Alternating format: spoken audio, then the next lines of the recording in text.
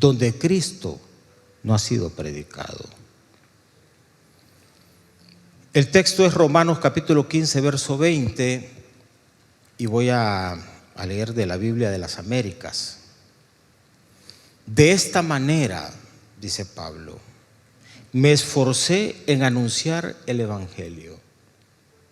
Y noten ustedes dónde está el acento. Todo este texto tiene acentos muy puntuales, pero dice Pablo que él quiere predicar no donde Cristo ya era conocido.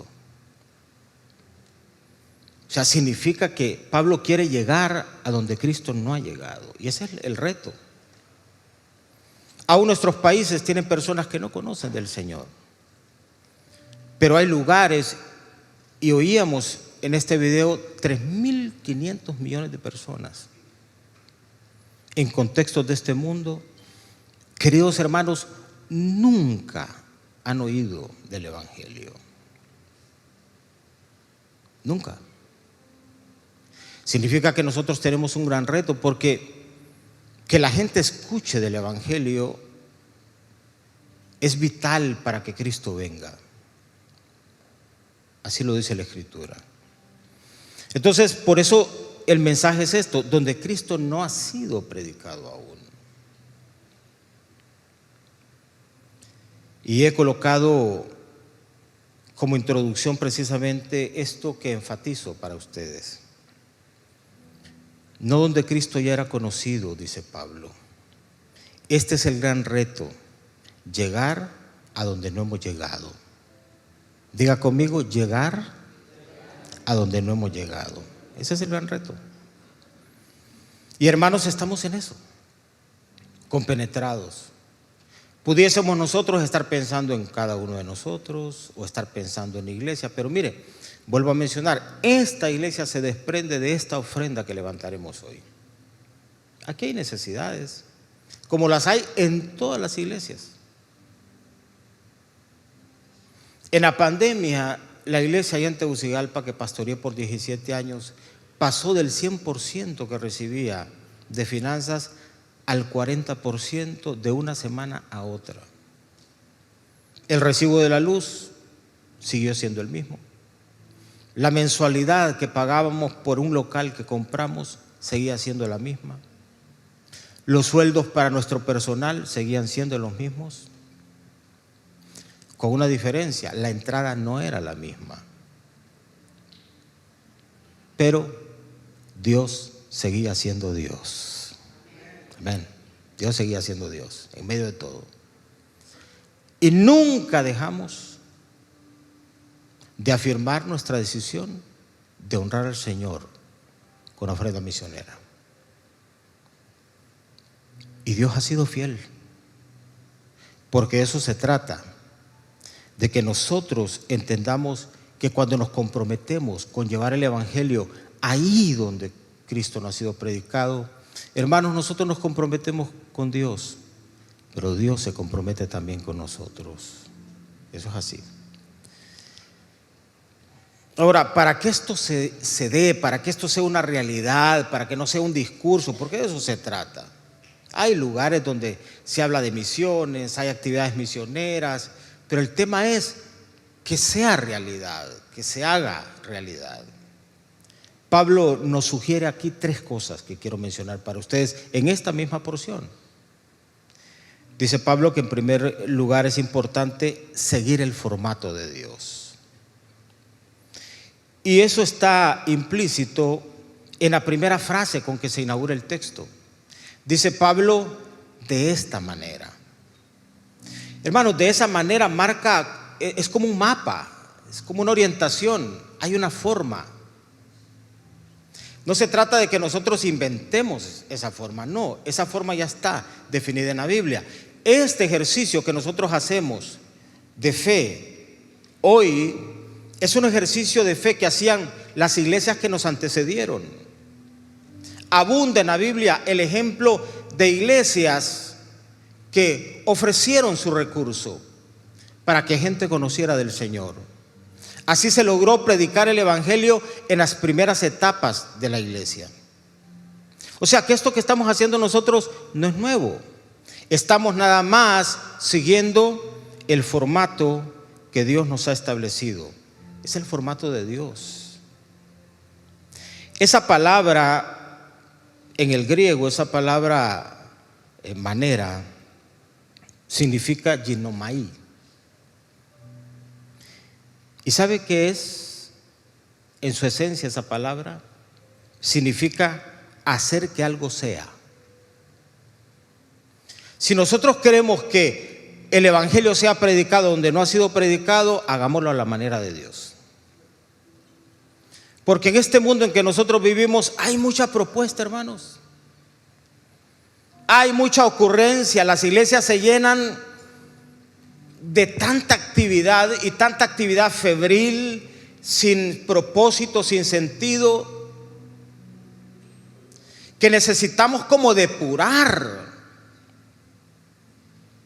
y volver a la idea original, a la esencia del por qué, para qué somos iglesia. Y hacerlo a la manera de Dios. Y Pablo no está escribiendo al azar ahí. Pablo está diciendo: si lo hago a la manera de Dios, lograré que lo que estoy procurando sea una realidad. Esa palabra significa cumplir. Y hermanos, la gran comisión no es una opción, es un mandato. Y necesitamos cumplir ese mandato. No es si queremos, no. Es que el Señor dijo: vayan y prediquen. Y para cumplir eso hay que hacerlo a la manera de Dios, siguiendo el formato que Dios ha establecido. Y esa palabra significa comportarse. Es decir, el comportamiento individual en la iglesia y colectivo debe estar apegado a ese formato que Dios ha establecido. Yo les digo, me convertí a los 14, 15 años y desde ahí estoy metido, sirviendo al Señor. Y no, hermanos, he descubierto que este formato es diferente. 45 años tengo ya, no de edad, de servir al Señor. Quisiera tener 45 años de edad, pero no los tengo. Y el formato es el mismo. Aquí está el pastor Tomás, por años, el formato es el mismo. Y si queremos nosotros lograr en este último tiempo estar vigentes, hay que seguir el formato de Dios. El formato de Dios, hermanos, no pasa de moda. Porque no es una moda. Predicar el evangelio no es una moda. Predicar el evangelio es un mandato de Dios. Y hay que seguir ese formato. Hay que seguir esa indicación. Es de la única manera en que nosotros lograremos llegar a los lugares donde Cristo no ha sido predicado. Y es la manera en que nosotros podemos garantizar que comprometidos nosotros con Dios, Dios también se comprometerá. Y yo les digo y les profetizo en esta mañana, estando con ustedes acá, que Dios va a derramar bendición abundante a aquellos que siembran en esta hora para la cosecha mundial del último tiempo antes de su venida. No solo tendrás para los tuyos, verás la bendición del Señor. La semilla que hoy siembras en este altar dará fruto abundante de bendición. Verás la cosecha no solo de la salvación en tu familia, sino la bendición en todo sentido para tu vida. Yo suelto esa palabra para ti en esta mañana. Verás la bendición del Señor. Eso es así. En segundo lugar, Pablo dice que hay una forma de hacerlo. Pero también Pablo dice que hay que esforzarse. Dice de esta manera, y yo subrayo lo otro, me esforcé. Hermanos, es que las cosas buenas requieren esfuerzo. Yo no dudo, yo di mi ofrenda misionera antes de venir acá. Lo he hecho siempre así. Porque yo detesto que alguien se pare a pedir lo que no hace. Yo no puedo estarles pidiendo a ustedes aquí que den si yo no doy. Yo diezmo. Quiero que ustedes sepan que yo diezmo. Y lo he hecho siempre, toda mi vida. No por un requisito, no, por una convicción. Desde que era un conserje y me dieron mi primer sueldo, aparté y aprendí a apartar que lo de Dios es de Dios. Siempre he diezmado, siendo pastor. Y estando acá, no he dejado de hacerlo. De tal manera que antes de este momento, porque es así,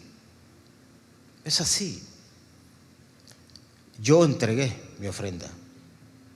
Lo que sentí que el Señor me invitó. Bueno, aquí están mis dos hijos, ¿verdad? Perdón, paréntesis, aquí está mi hijo mayor, que ustedes lo conocen, y mi hijo menor, que viene llegando de viaje de la zona de Washington. Un aplauso para ellos, por favor, aquí están. Ni los miré entrar. Entonces uno tiene que hacer lo propio. Y hermanos, requiere esfuerzo. Si ustedes me preguntan si lo que yo di me sobraba, no. Si ustedes me preguntan si lo que yo di no lo necesitaba, claro que lo ocupo. Si ustedes me preguntan si lo que di significó hacer un esfuerzo en términos de arrancar algo, claro. Pero es que eso así es. Siempre ha sido así. Tu salvación fue así. Dios se desprendió, se hizo hombre. Estando aquí entre nosotros se humilló. Fue a la cruz. Ahí pagó un precio por ti. Tu salvación tiene un precio. Porque lo bueno cuesta, queridos hermanos. Lo bueno cuesta. Y es igual, sigue ocurriendo eso. Sigue habiendo la necesidad de ese desprendimiento, de ese esfuerzo. Esa palabra que Pablo utiliza acá, me esforcé, hermanos, significa esto, significa anhelo. ¿Sabe? Cuando ya uno deja de anhelar algo, deja de esforzarse por ese algo. Si tú no anhelas nada en tu matrimonio, no hay esfuerzo. Tú vivirás del día a día, casi de lo accidental. Si no anhelas crecer en tu vida cristiana, no te vas a esforzar. Si no anhelas ver crecer la iglesia, no te vas a esforzar. Es que el anhelo tiene de fondo esfuerzo, y el esfuerzo tiene de fondo anhelo. Y Pablo dice: yo anhelé, me esforcé. Esa palabra significa honor. Hermanos, es que los que se esfuerzan le imprimen un sello de honor a lo que hacen. La característica de los esforzados es el honor. Miren ustedes, los soldados que se esfuerzan lo hacen en función de su uniforme, es un honor para ellos. Y por eso reciben honores, por el esfuerzo que hacen. No todo mundo entra al ejército porque tiene la implicación del esfuerzo, eso. Pero al final es un honor. Esa palabra significa, queridos hermanos, ansioso. Es el esfuerzo que tiene de fondo ese deseo tuyo de encontrarte con la hora.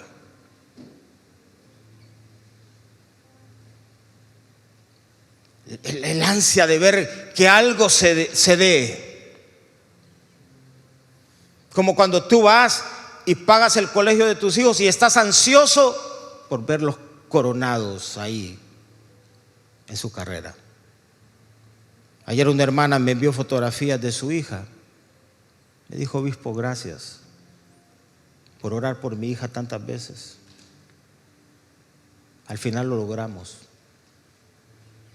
Él se esforzó. Y llegó ese momento con esa ansia de ver que su hija recibía. Hermanos, si no hay eso de fondo, no hay esfuerzo.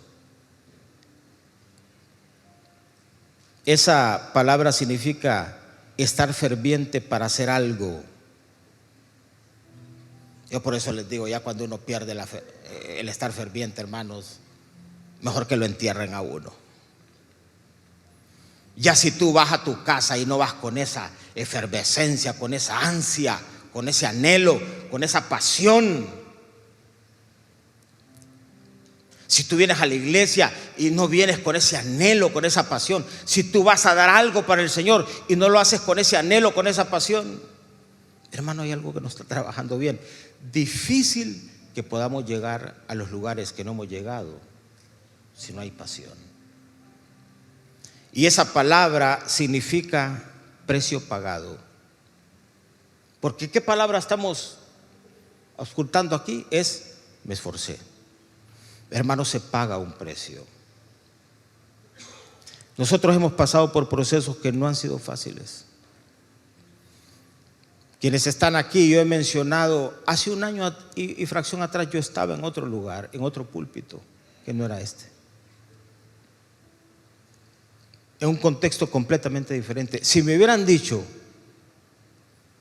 así, y me hubieran explicado, mira, vas a salir, vas a hacer esto, quizás no hubiera salido. Pero hemos pagado un precio. Porque entendemos que si no hay esfuerzo, hermanos, no se logra. Entonces nosotros no estamos teorizando. Aquí no solo se trata de venir y levantar una ofrendita. Así démoselo a los morenitos que están en el África. Mandémoselos a aquellos para quitarnos de encima y mitigar la sensación de que no hemos dado. No. Aquí hay esfuerzo, gente que se esfuerza. Estar donde hoy estamos ha implicado esfuerzo, hermanos. Gente que ha pagado un precio alto, muy alto, para que hoy estemos predicando y podamos aspirar a predicar donde todavía no hemos llegado. ¿Cuántos dicen amén a eso? Y finalmente, Pablo dice que hay un formato, hay un esfuerzo y que no hay que desviarnos de la prioridad. Dice, de esta manera me esforcé en anunciar el evangelio. Esa es la prioridad, predicar. Yo le digo, yo veo en el tiempo que tengo, y vamos a asustarnos, hermanos, en los últimos días antes de que el Señor venga. Hay iglesias que literalmente son un club. Hay iglesias que viven para el programa de fin de semana y perdieron la esencia de la prioridad del creyente. ¿Sabe cuál es la prioridad del creyente? No se engañe, es que otros conozcan del Señor. Por eso nosotros todavía estamos aquí, porque todavía hay gente que necesita oír de nosotros. Y yo les digo, nos vamos a asustar en el último tiempo de ver cada cosa.